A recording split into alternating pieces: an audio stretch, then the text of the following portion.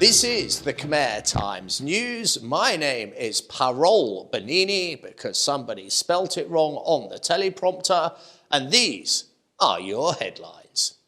Members of the ASEAN are utterly fed up with Myanmar, and rightly so.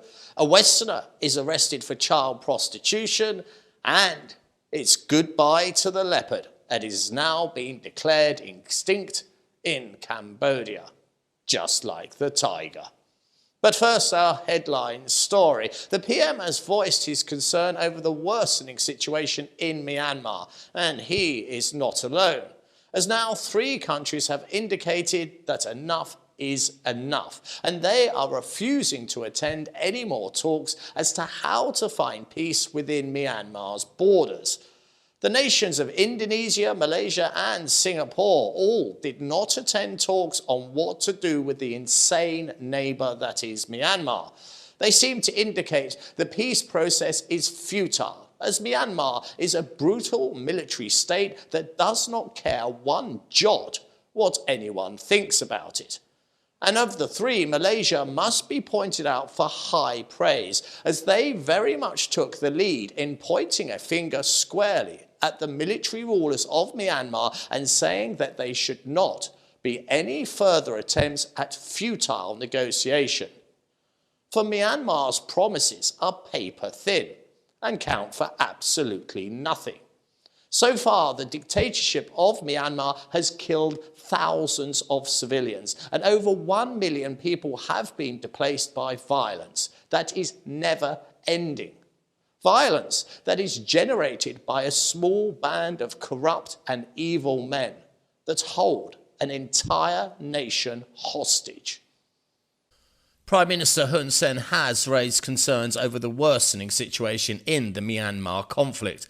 The PM said that Myanmar is not improved in any way, as in fact it seems to be getting worse.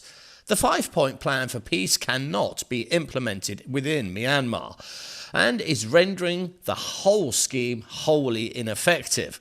Myanmar is a country being destroyed by war, and it is casting a very dark shadow over all nations in the region, and is causing a huge upset to what was a very harmonious pact, and that is the ASEAN alliance. And last week, Thailand held a 2-day meeting on Myanmar, and yet again tried to bring this spoilt child to heel. But key ASEAN members, Indonesia, Malaysia and Singapore, did not send representatives to attend it, with such excuses as they were already busy. But the real reason is they have reached the end of the line, and by not attending and saying nothing, they have in fact said a whole load more than if they did attend. For their silence is simply deafening. It says we want no more to do with Myanmar, and that, it can be assumed, also means they want to kick them out of the ASEAN, withdrawing all benefits they may receive, and to end relations with the military thugs of Myanmar, who are morally bankrupt and utterly brutal, as all negotiations with such people are completely futile. The tough line that the Malaysians wanted to take many months ago has now been proven to be 100% correct. There seems to be no road left to travel in peace talks, and instead of approaching this rogue nation with the hand of peace, it should be treated with the sword of sanctions, and they should be isolated. And the very leaders of this murderous state should be declared as criminals, who one day should be tried at The Hague for their crimes that they have committed against the people of Myanmar. Let me start this segment by showing you a photo, and I want you to have a very good long hard look. For this is what it's like to look upon a species that is now extinct in Cambodia. It is the Indo-Chinese leopard. And if its complete eradication does not make you sad, why don't we go further down into the depths of this tragedy? For this gentle animal is not only extinct in Cambodia, but also Laos and Vietnam. Alarmingly, scientists have found that the leopard population declined by 82% in just 11 years, with data suggesting that 42% of the population is being lost year on year. Simply put, they are being slaughtered wholesale. It has been eradicated from the planet by those that destroy its habitat with a chainsaw, by those that place millions of snares, and by those that trade trees for cash as they sell off a country's ecosystem just for their never-ending greed. And finally, the last one was shot, tracked, and snared by pure evil, for they care only for their selfish personal gain. The critically endangered Indo-Chinese leopard is now functionally extinct in Cambodia, according to a study conducted by Panthera and Oxford University.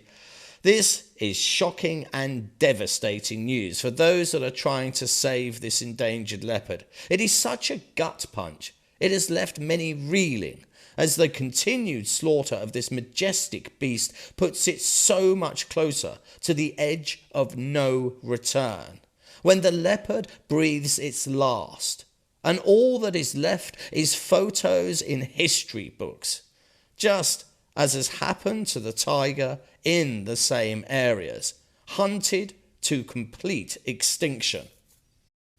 The study's findings, which were published in the Biological Conservation, also pointed to the added extinction from the whole of eastern Indochina. So what that means is this leopard is extinct not only from Cambodia, but also Laos and Vietnam. The leopard was last seen in Vietnam in the early 2000s and in Laos in 2004. And scientists are now issuing a very grave warning that the Indo-Chinese leopard's impending extinction is almost here, and there must be immediate action to try and preserve it in its two remaining strongholds, which are Malaysia and in the forests of the Thai-Myanmar border. Oh God, it's in the border of Myanmar. Could it get any worse for the leopard?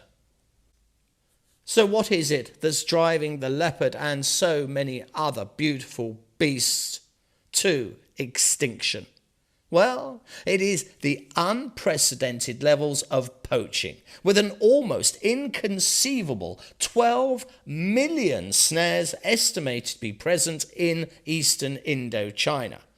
Snaring in Cambodia is estimated to have increased by at least 2 levels of magnitude during a 13-year period, driven by the increase in wild meat demand.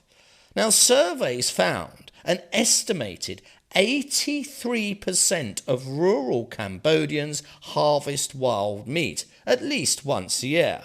And it is this continued apathy to all wildlife that is slaughtering any living creature and wiping out such noble beasts as the leopard.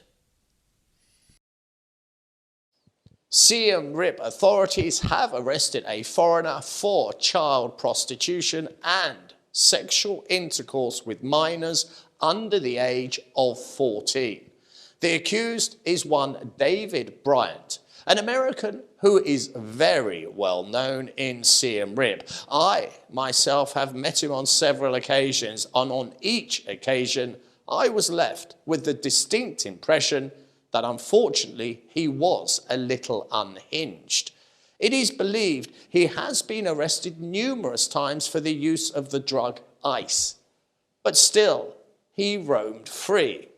And it has been said that he was involved with a charity that did involve children. And although someone has been scrubbing his images from the internet, we at the Khmer Times, on hearing of the arrest, secured a photo that would suggest Mr. Bryant was indeed involved with work with children. That photo appears at the end of this report. Now, I would like to amplify that this man has been alleged of these crimes, and until proven guilty in a court of law, he is innocent. With such an incendiary subject, it is not for anyone to judge before the judicial system makes its final verdict, for that alone is justice. Police have detained David Bryant, a 51-year-old American citizen, for child prostitution and having sex with a minor. Police said that according to the report, the case was of a 14-year-old girl who had run away from the suspect's house in fear. It was later on she was interviewed by the police. At her interrogation, she said she had been sexually assaulted by Mr. Bryant and said that in early June she met the 51-year-old American who took her to a hotel in Siem Reap, and after having sex with her, the suspect gave her a Vivo mobile phone and bought her a dress for $27. It is further alleged he met her again and had sex at the same guest house. After having sex, the suspect asked her to visit his home. He brought her to his house, and it is there he threatened her with a weapon and forced her to take drugs. She became more and more frightened and finally ran away to seek help from local villagers. David Bryant himself admits he took the girl to the hotel and brought her the gifts, but he denies that they had sex. The prosecution themselves believe that they have enough evidence to convict David Bryant. And now it is for this case to go to court. Let us finish this week on a higher note, as the news has been rather depressing to say the least. 2 weeks ago, we reported the sad news that there was a very unwelcome rising trend in kids going hungry. And that, for me, as a Westerner, is a very hard thing to truly comprehend. But the more I think about it, the more tragic it is. A child wanting for nothing more than basic food. Well, since we reported, there has been some exceedingly good news, as now a further 126 schools are to implement a breakfast program for children. So the kids start their day with their tummies full and are all set to fill their minds with plenty of learning to get them ahead in this life. According to the World Food Programme, undernutrition is widespread within Cambodia, with 32% of children under the age of 5 being stunted. And even more alarmingly, 10% of kids suffer from wasting, a severe form of malnutrition. Now, this is due to a combination of factors. The food children are eating is not enough, and it does not contain the nutrients that they need to grow and to develop.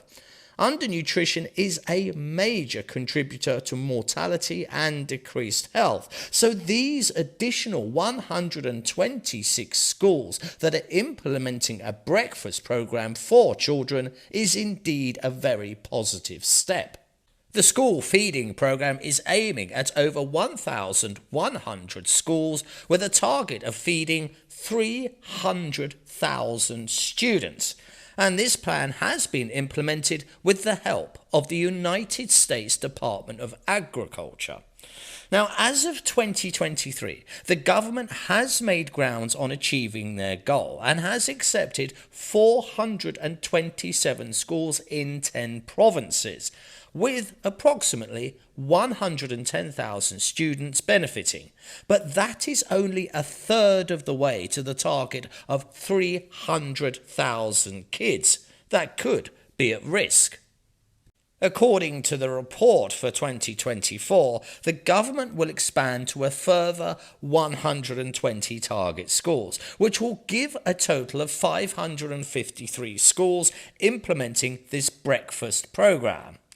Now that is a whole load of hungry mouths to feed, but there is so much more, as the value of a healthy child is in fact the very future of the nation.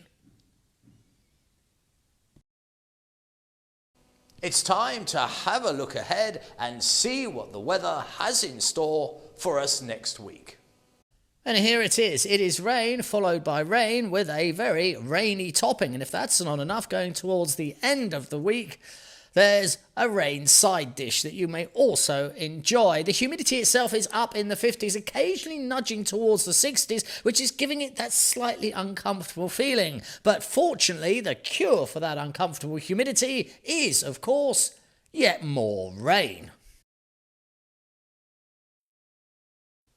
This has been the Khmer Times News. Please do subscribe and comment and stay up to date with all the breaking news by following us on both Facebook and Telegram. This has been Paolo Bonini, and that was the week that was. I'll see you next weekend for your weekly Roundup.